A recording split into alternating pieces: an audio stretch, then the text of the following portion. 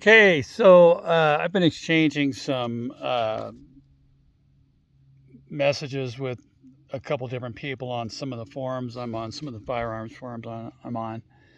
And they're giving me some different methods for how to tie the rebar. I'll show you what I've been doing, which has led me to eventually it doesn't have stability. It's okay for a while, but then it starts to loosen up. So that's why I've been welding these different places.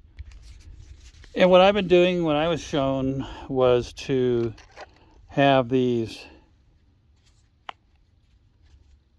pre-made ties that have loops on the end.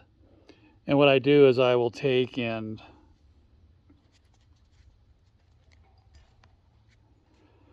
wrap them around a joint. Then I have these whirligig deals that I bought. And what I'll do is I'll push those into the holes in the end of the loops, then I'll just twist them. And one thing I learned when I was in the Navy too is we used tie wire for securing different avionics boxes, so you had to kind of pull on it to get this tension. So, and that's pretty sturdy, but I take another piece of wire, make sure I got this right,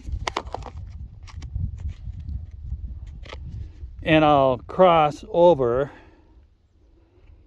and same thing, I'll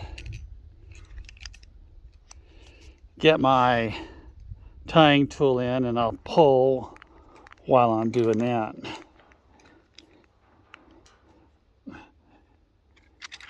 And that gives me a pretty tight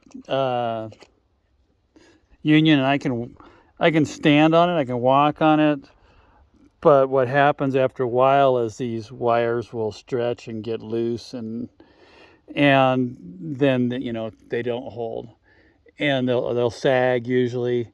I've marked my elevations here, so usually I tie higher with the idea that that's eventually going to sag because I'm standing on it. So what this gentleman has proposed, and he sent me some good videos on it too, and I think he probably went through an apprenticeship program for steelworking. So I'm going to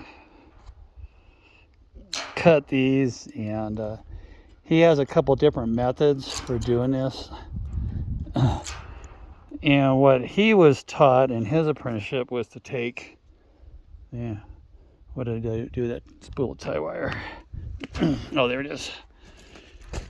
And this is, I think, a smaller gauge than what he had talked about. This is, I think, maybe a 16 gauge. And what he had talked about was taking, let me pull a piece out of here.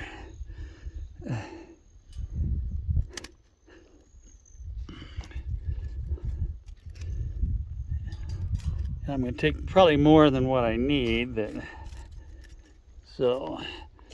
I'll cut that off. See if I remember to do this how he did this.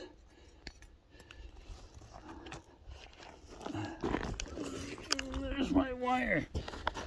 And what he had shown, or what the video showed, was something they called a chair. So let me think. I think he went around,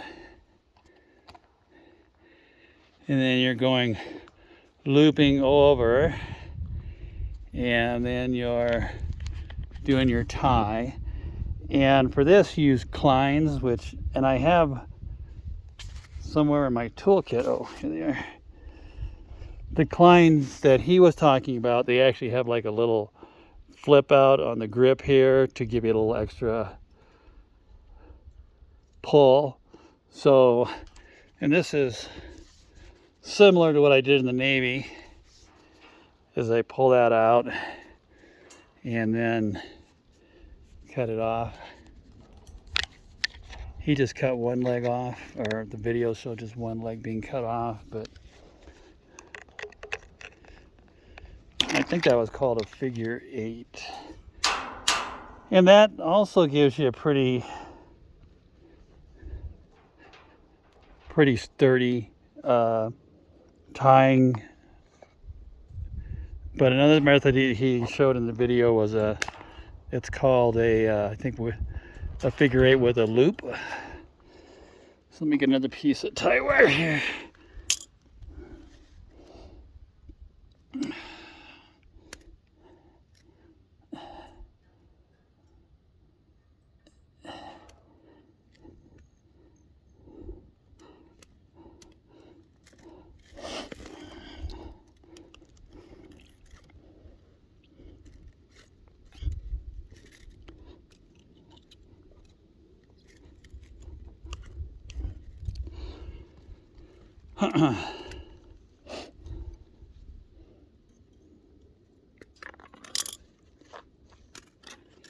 And I don't remember the terminology for this one, but I think it was similar. You have a loop that it's a loop that goes, how did I do that? So a loop that goes under, and then it goes around, and then you have a loop. I'll have to look at the video again, but I think this was correct. And the same thing.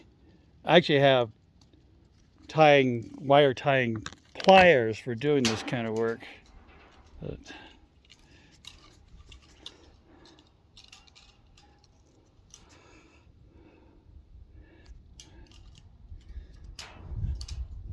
let me do a loop in that to start it. And same thing, pull.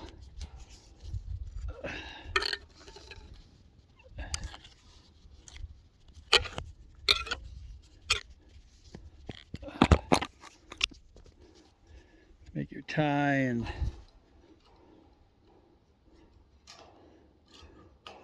do a cut. Well, I didn't get that tight enough, so. But I'll have to look again. That's kind of what the concept was that the video showed. Oops. Let me get another grab on this and see if I can.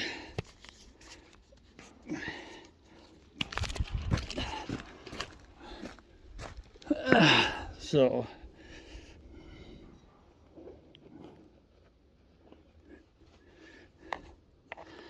And again, I mean, that seems pretty firm. Oh, there's a little spider. So let me cut that out of there, and I'll show you what I have. This Makita tie wire gun too. That it's handy. It's if you're doing a whole bunch of these, like when we do the upper portion of this, I can see where it's really going to make things fast. Where it's areas where you don't need the tie strength to stand on. I mean, it's like a production line thing. So, and this is my Makita tie wire gun, electric gun or battery powered gun that I bought. And same thing, I would put on that to make it tight. And then I will take my gun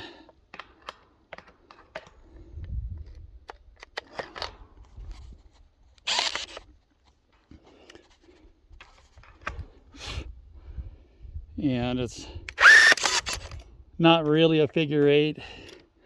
I mean, it's a same thing that I was doing with the other tie wire was, let me bend that down. Yeah.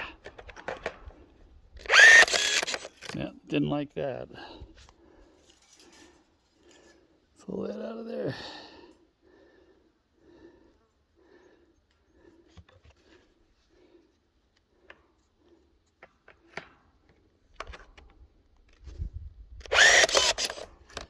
And you end up with a tie like that. So it's just the same thing I was doing with the looped tie wires that I've got.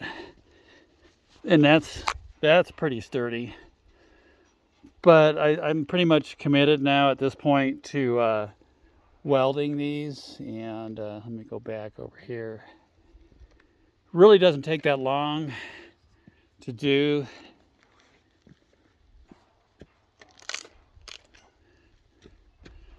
So this one's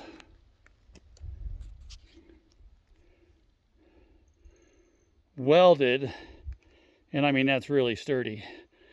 I did note in the video that the gentleman had sent me, it did talk about, it actually showed a setup that they were teaching the apprentices on to, you know, try out these different methods of wire tying, rebar tying.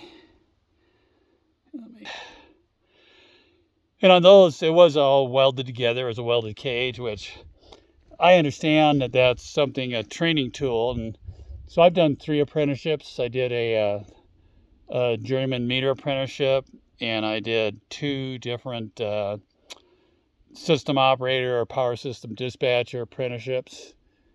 And everybody has their own methods for doing things and their own curriculum, and all the systems are different, of course. So this is probably more structured because it has a, I don't remember, was the ASTM, American Steel something trades.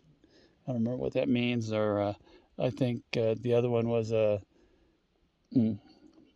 Steelworkers, American Steelworkers Institute, ASTI. But so this is what I was shown. These are the different things I'm trying. And I've decided to just go ahead. I mean, I'm almost done with welding the lower 5 or 6 courses of this all the way around. So this is what I look like now. That area over there I have to tear all apart because I tried using that Gorilla Glue on it. But I'll fire up my welder and I'll just finish doing what I was doing. And what I'm told is that once I get up over that arch, we won't really need to be putting the weight on these that we're doing. He actually sent me, Steve Lopez, American Dome Builders, sent me a video of some, or a picture of some chairs that you can build. I think they're one for tying in the rebar, another might be for knocking down the shotcrete once that's been done. So, but that's what I've come up with. I'll go back and review those videos again and make sure I was doing that right. But it looked like either way works. So, except for this tie that I've been doing, that, I mean, this doesn't. This wasn't done very well here because it's loose. But you put some, you know, tension on it. Yeah, this one's better. So you get tension on it, and it's very sturdy. So, but like I say, that after a while, after walking on that half dozen times, it starts to loosen up. Well, that's where I'm at, guys. I'm going to get back to work.